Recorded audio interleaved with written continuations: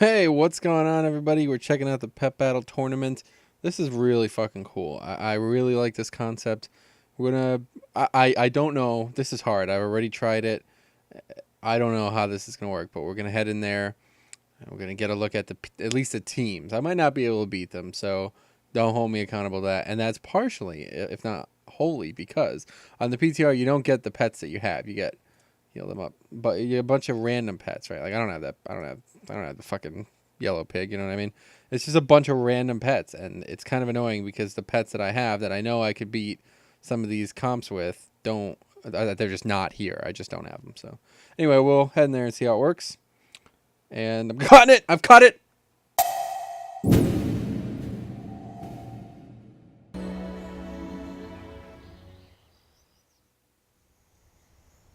Welcome to a very special trial.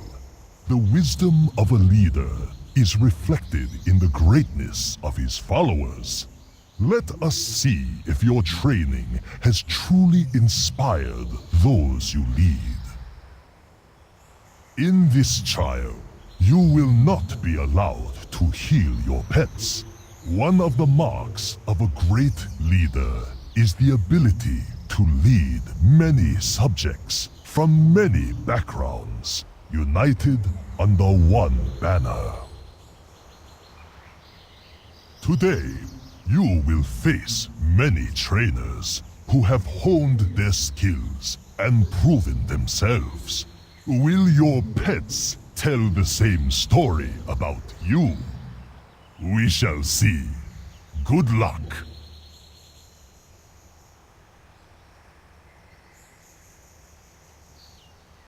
Yes, I don't know how the fuck that dude's here, but anyway, I guess because the Timeless Isle, he's back.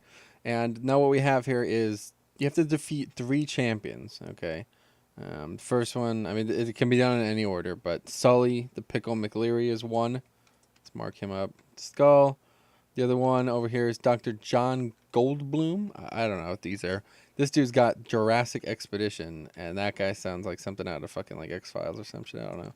And then the final one's Lorewalker Cho, just a regular guy. We've had plenty of experience with him in the past, but I've tried this now in different permutations, and it's not going to be easy, right? And I'll explain to you why. Because the first of all, the PTR makes it a lot harder because I don't have the pets that I normally have, but more so is the fact that you cannot heal your pets at any way here. So it says challenge area: pets cannot be revived or healed outside of battle. So this is a scenario. You queue into this from the guy that I showed you previous, and once you're in here, you cannot heal your pets. So I don't know, how you're going to strategize this. I'd imagine, you know what I mean? Like, you're going to probably need to come up with a badass team of 3, and if you can't sweep the team that you're playing against, you'll probably just want to leave the scenario and try it again, because otherwise, I mean, unless you really want to metagame it and say, like, you can get, like, 3 permutations for each team to play against, and you could win with all 3, then it's probably you'll be comfortable. But these guys are no joke. They all have legendary pets, and they're all quite expansive in their moveset. So if you lose to this, so I beat Cho, and then I beat Sully, and then I got to fight Johnny G. You know what I mean? I can't beat him. I'm fucked. I have to do it all over again. So it's kind of like the Elite Four concept in the original Pokemon game, but it's pretty interesting. I'm gonna try to give you a look at all of these trainers, but it's not gonna be easy, all right? Especially as I said with the PTR. So just give me a second here. All right, so I've started with John Goldblum. He's got 3 pets. The first one is Screamer. Okay, its ability is Alpha Strike, Feign Death, Lift Off. It's on the screen. You can check it out yourself. It is a flying Pokemon. Next up, he's going to use, at least in what I've seen, is the Trike Pokemon. It is a beast, Trihorn type, the little runts, whatever they are from the Isle of Giants and stuff like that. Kind of similar: Bite, Adrenaline Rush, and Horn Attack. And then the final one is a fucking, like, one of those library things from back out in Uldor, or near Uldor. It's called Chaos Magic. It's got Instability, Uncertainty, and Logic. I don't know what any of those abilities are. I don't think I've ever seen those in the actual game itself, but yeah, anyway, so this is going to have a look at the strategy I've employed. I've beat this guy twice now. I wouldn't say I've mastered it, but he's not. The first thing, this pet is the biggest pain in the dick because you'll see why in a second here. We're just going to go through it. He automatically starts up with like the lift off ability. So I've picked an ability to negate the damage that he's about to do to me, which is about to happen. And then I got this, luckily I have this ethereal soul trait. I don't have this on live obviously, but it does a pretty good amount of magic damage, and he could stun the mob with that. And from here on, you're pretty much just biding your time because what he's about to do is an ability. I think it's going to happen this round. So I'm going to gamble and assume that he is going to do it. And we're going to switch out because, yes, he's about to feign death. He's going to automatically switch out with that ability. All right, so you'll now face Trike. And what I have here is Call Lightning, as it is obviously going to be strong against Trike. Doesn't do it a ton amount of damage, especially because he's got so much health. But then we're going to fly up in the air, and this should do a solid chunk of damage, especially if I can get lucky with the crit. But I don't. And then from there on, Trike typically uses an ability that makes it faster than me. I'm not exactly sure how it works, but I picked up the Tail Sweep ability as it's going to hit twice if it hits at all. As long as I'm slower, which I was the last 2 times I did this. I don't really know what's going on now, but it might not work out very well then. But it would hit twice, and then the strong... Oh, yeah, there we go now. He uses an ability that makes him faster, I guess. And a few lucky misses makes this a lot easier. A double strike right there. Strong damage from the 2 hits actually does more than the second hit on the ability itself. And should die here. Yep, there we go. Okay, so he's dead. Now he's going to put out this pet again, and it's going to do the same fucking thing. So I can't remember exactly what strategy I used, but I think I'm just going to go ahead and lift off and see what he does. Oh, he does the same thing. So we're going to... Are we going to actually do... Oh, you hit him. That's interesting. That did not happen the first time. But from here on out, I'm pretty much home free. I have 2 pets left. This guy's going to do an immense amount of damage to... he's got... Actually, I think he's got a humanoid ability or something because he... Yeah, he does. Logic does a lot of damage to Terragosa, but it really doesn't make a difference. He uses an uncertainty ability. Yeah, there's that ability right there. So at this point, it's whatever. Try to get a bit more damage in on him, but yeah, he rips through me. So this isn't going to be as easy as I thought it was. Maybe I'll end up actually losing this. We'll see. But every once in a while, he uses that ability, which I feel like does nothing. I'm not exactly sure what it even does, but if you play tactically and follow that strategy, you really just have to know that he is going to... the first pet is going to be a big dick. He's going to constantly be switching out, and you... Oh, that's not good. Fuck, he's going to beat me. Oh, no, luckily he uses that ability, which does nothing. Oh, and I missed. That's just tremendous. Oh, and he misses, lol. Oh, and I miss again. Yay, welcome to Wild Pet Battles. How tremendous is this? Miss again. Yeah, so I use that and hopefully survive. Hopefully, look at this. This is what Wild Pet Battles are all about. Welcome to Wild Pet Battles. All right, so that guy's down. Follow that strategy. You should be able to beat him easily. Obviously, you'll won't have the same pets as I do on the PTR, but... that first pet is a real pain in the ass, so you got to really play defensively against it. Okay, next up on the list is Sully, the Sully dude. I don't even know what his name is, but he's got 3 pets. One of them's called Socks. I don't know why it's an undead raccoon, but it is an undead raccoon. Claw, Infected Claw, and Unholy Ascension. Then it's got Monte, it's a critter, little rabbit. And finally Ricky, which is a aqua. And it's got Knock, Cute Face, and Bloodfang. Sorry, I forgot to... Huge sharp teeth for Monty, Vicious Streak, and Burrow as well. So I'm going to formulate a strategy, and then I'll show you that when we get back. Yeah, so I don't know. This guy's got to be a reference or something. It says, "You're lucky Gizmo couldn't be here. I'm still going to wipe the floor with you," whatever. Must be a reference to something, obviously. Who the hell is Gizmo? But anyway, I pick a aquatic Pokemon with a critter move, Powerball, against the undead raccoon motherfucker. This is... It's the second time I've tried to record this, and the first time I tried to record it, I said this was considerably easier than the first one, and I still stick by that, but I didn't realize how much this the rabbit Pokemon does. It does an immense amount of damage if you don't, if the dice don't roll in your favor, but should still be pretty... This matchup right here is pretty straightforward. I'm just spamming the critter ability, and as long as... You know, he's doing damage that is weak against me, and I'm doing damage that's strong against him, I'm going to survive it.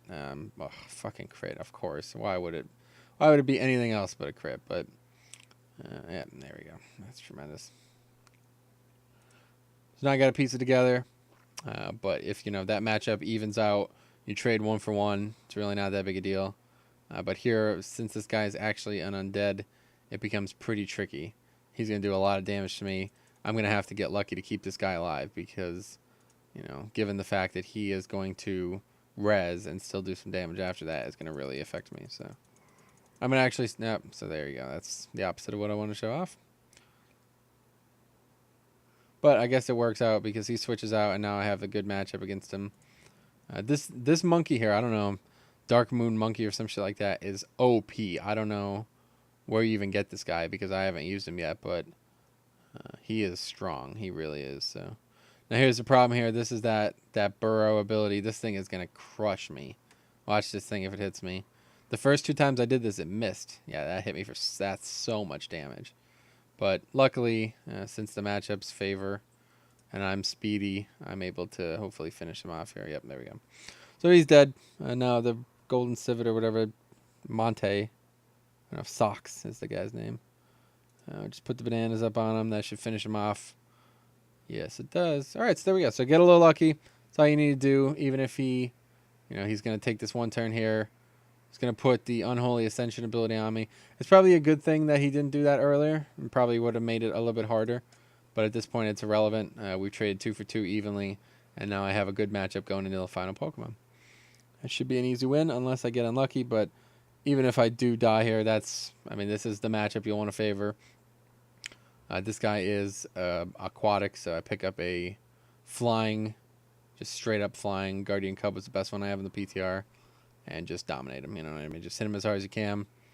And as long as, I honestly don't think, this guy I've never had any trouble with.